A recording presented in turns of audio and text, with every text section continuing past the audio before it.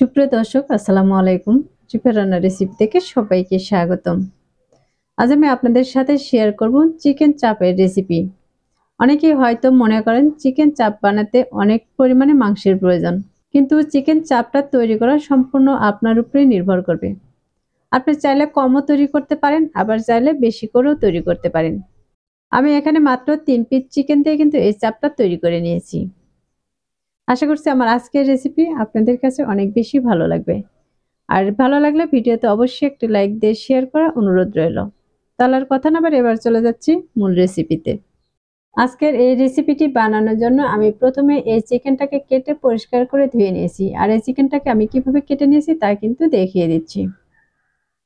এখন এই চিকেনের মাঝে দিয়ে দিচ্ছি 1 চা চামচ লবণ বা স্বাদ মতো লবণ, দিয়ে দিচ্ছি হাফ চা চামচ ভাজা জিরের গুঁড়ো, আর দিয়ে দিচ্ছি সামান্য পরিমাণে হলুদের গুঁড়ো, দিয়ে দিচ্ছি 1 চা চামচ লাল মরিচের গুঁড়ো, আর দিয়ে দিচ্ছি হাফ চা চামচ ধনিয়া গুঁড়ো, আর দিয়ে দিচ্ছি 1/4 চা চামচের মতো কালো গোলমরিচের গুঁড়ো।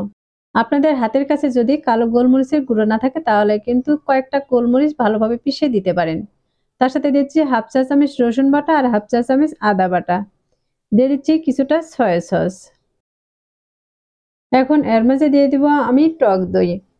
আমি এখানে বাজারের কেনা টক দইটাই কিন্তু নিয়েছি, সেখান থেকে আমি 1.5 চামচ টক দই এর মাঝে দিয়ে দিচ্ছি,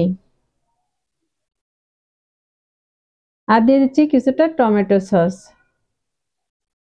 এবার এই সবগুলো উপকরণকে আমি ভালোভাবে এই চিকেনের সাথে মিশিয়ে নেব। এটা কিন্তু হাত দিয়ে একটু ভালোভাবে মিশিয়ে নিতে হবে, তাহলে এই মাংসের মাঝে কিন্তু এই মশলাগুলো ঢুকে যাবে।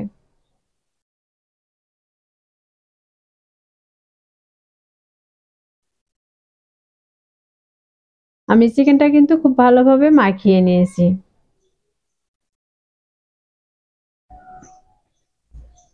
এখন এর মাঝে দিয়ে দিচ্ছি কিছুটা ফুড কালার। এই কালারটা দিলে কিন্তু চিকেনের কালারটা খুবই সুন্দর আসবে। আর এই কালারটা যদি হাতের কাছে না থাকে তাহলে কিন্তু না দিলেও এখানে চলবে। আমি সবগুলো কিন্তু খুব ভালোভাবে মাখিয়ে নিয়েছি, আর এটাকে মাখিয়ে কিন্তু আমি প্রায় 10 মিনিটের মতো রেস্টে রেখে দিব।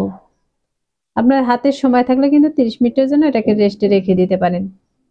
আমি এটাকে ঢাকনাতে ঢেকে রেখে দিচ্ছি, আর 10 মিনিট পর আমি ঢাকনাটাকে উঠিয়ে নিচ্ছি। এবার এই চিকেনটা ভাজার জন্য আমি কড়াইতে দিয়ে দিচ্ছি 3 টেবিল চামচ পরিমাণে সরিষার তেল।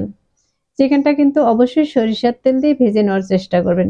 চিকেনটা সরিষার তেল দিয়ে ভেজে নিলে কিন্তু এগুলো খেতে খুবই ভালো লাগে। চিকেনটা দেওয়ার পর যখন এক পাশে একটু কালার চলে আসবে তখন কিন্তু এগুলো উল্টিয়ে নিব।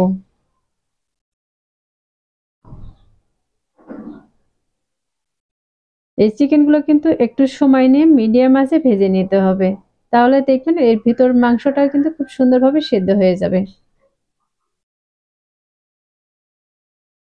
আমি চিকেনটা কিন্তু 6 থেকে 7 মিনিটের মতো এভাবে ভেজে নিয়েছি।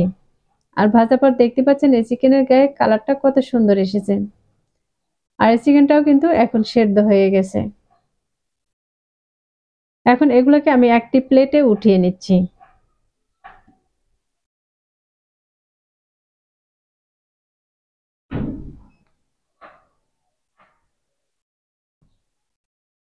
আমি কড়াই থেকে কিন্তু সবগুলো চিকেন এখানে উঠিয়ে নিয়েছি।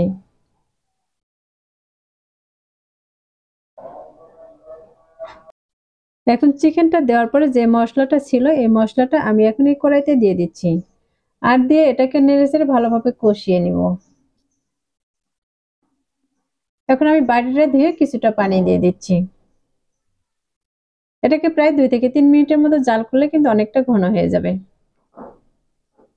আর আমি যে চিকেনটা রেখে দিয়েছি সেই চিকেনটাকে কিন্তু আমি ছোট ছোট পিস করে কেটে নিব।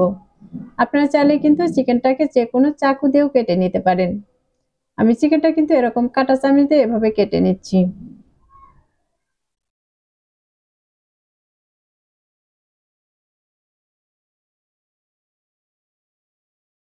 দেখতে পাচ্ছেন আমি এই চিকেনগুলো কিন্তু ছোট ছোট পিস করে কেটে নিয়েছি।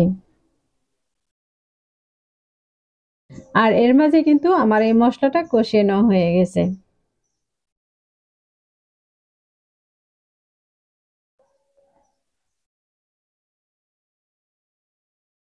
এখন এর মাঝে দিয়ে দিব যে চিকেনগুলো আমি ছোট ছোট পিস করে কেটে রেখেছি, সেই চিকেনগুলো দিয়ে ভালোভাবে মিশিয়ে নেব। এটা কিন্তু আর খুব বেশি সময় নিয়ে ভেজে নেওয়ার প্রয়োজন নেই।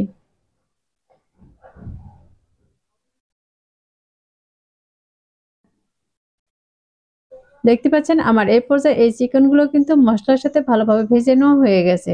এখন এগুলোকে আমি একটি বাটিতে উঠিয়ে নিচ্ছি। আর এগুলো ওঠানোর পর দেখে কিন্তু বুঝতেই পারতেছেন এই চিকেন চাপগুলো দেখতে মাশাআল্লাহ অনেক সুন্দর হয়েছে। আর চিকেন চাপগুলো দেখতে যেমন আকর্ষণীয় হয়েছে, খেতে কিন্তু তার চেয়ে অনেক বেশি মজার ছিল। আর এই চিকেন চাপগুলো কিন্তু বানানোর পরে দেখবেন রাখার সাথে সাথে এগুলো শেষ হয়ে গেছে। এতটাই মজার হয় এই চিকেন চাপের রেসিপিটি। আশা করছি আমার আজকের এই চিকেন চাপের রেসিপিটি আপনাদের কাছে খুবই ভালো লেগেছে আর সহজে লেগেছে। রেসিপিটি ভালো লাগলে ভিডিওতে একটি লাইক দিয়ে শেয়ার করার অনুরোধ রইল। আর রেসিপিটি বাসায় অবশ্যই একবার ট্রাই করবেন আর আমাকে কমেন্টে লিখে জানাবেন আমার আজকের রেসিপি আপনাদের কাছে কেমন লেগেছে। যারা আমার চ্যানেলটি এখনো সাবস্ক্রাইব করেনি তাদেরকে চ্যানেলটি সাবস্ক্রাইব করার অনুরোধ রইল। আর যারা চ্যানেলটি সাবস্ক্রাইব করেছেন তাদেরকে অসংখ্য ধন্যবাদ। কথা হবে আবারও এরকম মজার মজার রেসিপি নিয়ে। এ পর্যন্ত সবাই ভালো থাকবেন, সুস্থ থাকবেন আর আমার ভিডিওর সাথে থাকবেন। আজকের মতো এখানেই বিদায় নিচ্ছি। আল্লাহ হাফেজ।